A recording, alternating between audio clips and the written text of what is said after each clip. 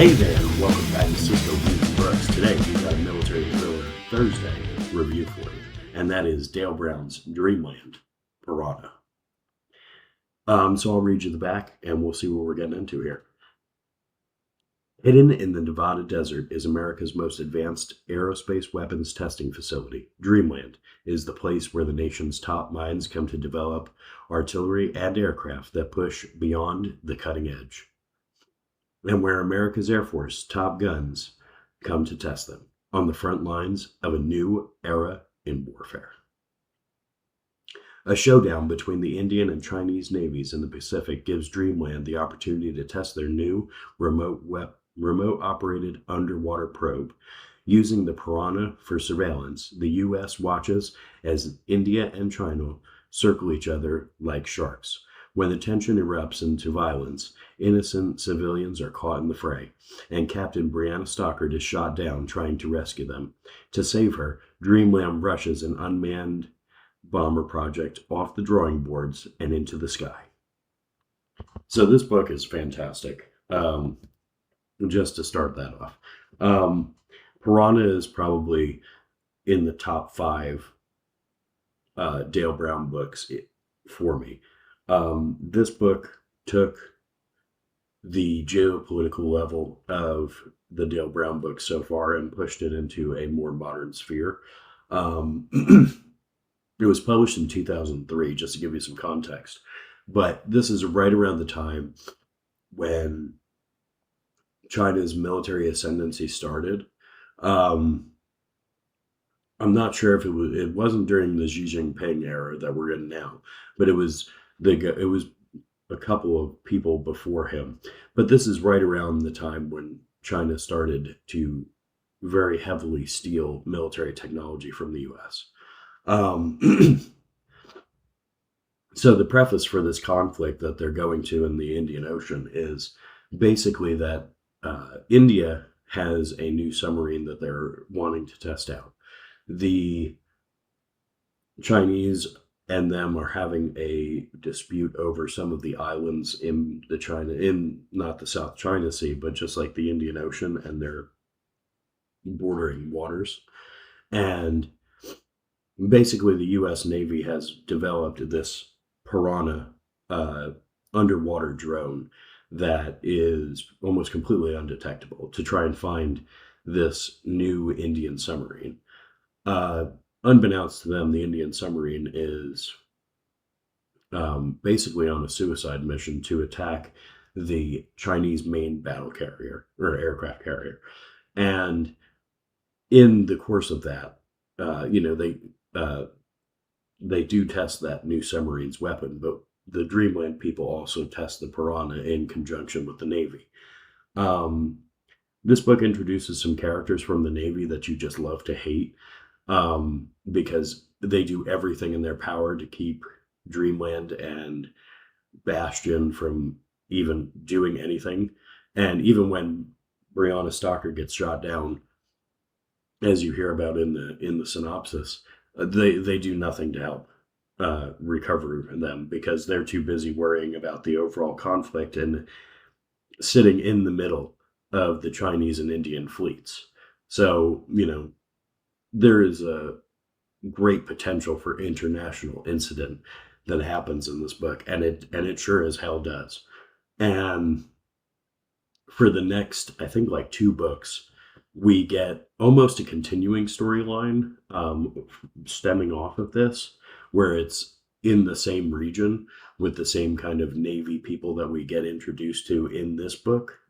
And it's just fantastic. It also brings in our CIA guy, Stoner, which we'll see him again, trust me, throughout the series. And it is just phenomenal. This book is the one, because everything up until this point, Razor's Edge, Nerve Center, Dreamland, the original, it was all good. But then when you get to Piranha starts the overarching series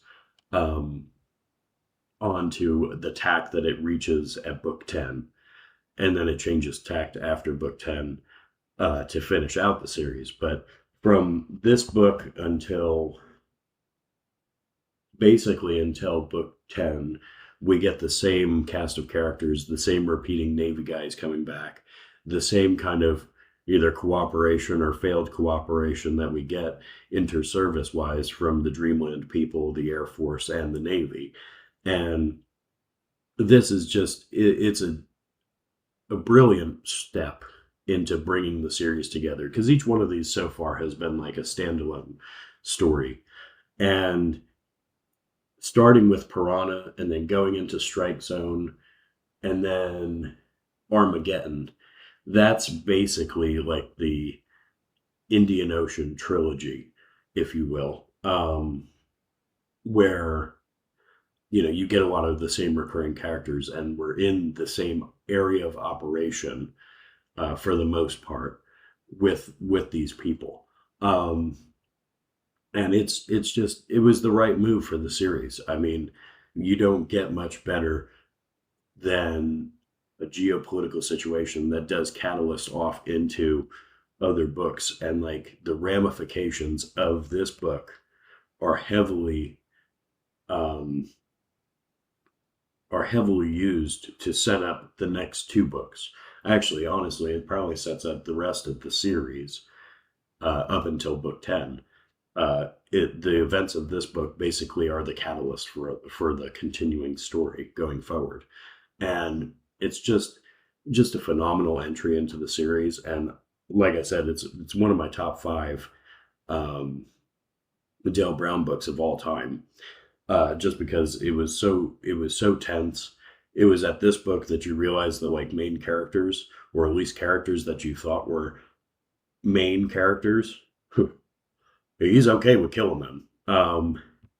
No, I'm not gonna. I won't spoil who it is, but like some of these guys you get attached to, and they're just ripped away in like the most brutal, warfare situations, and it just hits you, and you're like, damn, like I thought I thought they were gonna be here for a while, but like that's the reality of modern warfare. Is like you get to love these characters, the people around you, and one minute they're there and the next minute they're gone. So you know going through those kind of wartime, or tense geopolitical situations where shots are fired, um this happens. These are the mainstream public might not hear about every border skirmish or tense moment that we have with another military on this planet, but trust me, it does happen. And it just shows the fragility of geopolitical relations with the world, and especially when you are a superpower, and your responsibility is to keep the peace regionally in a region that you have a heavily influenced or a heavy influence in, that sometimes you get caught in the middle of two navies shooting missiles at each other. And and yeah, this story is just fantastic. If you haven't already started the Dreamland series by Dale Brown, I highly suggest that you do. um, it's one of the best ones out there. It's written by Dale Brown in conjunction with Jim DeFelice, who Jim DeFelice has gone on to write amazing stuff on his own. He's also done work with Larry Bond in his Red Rising series, about a future conflict with China. And just this pair of authors is so good.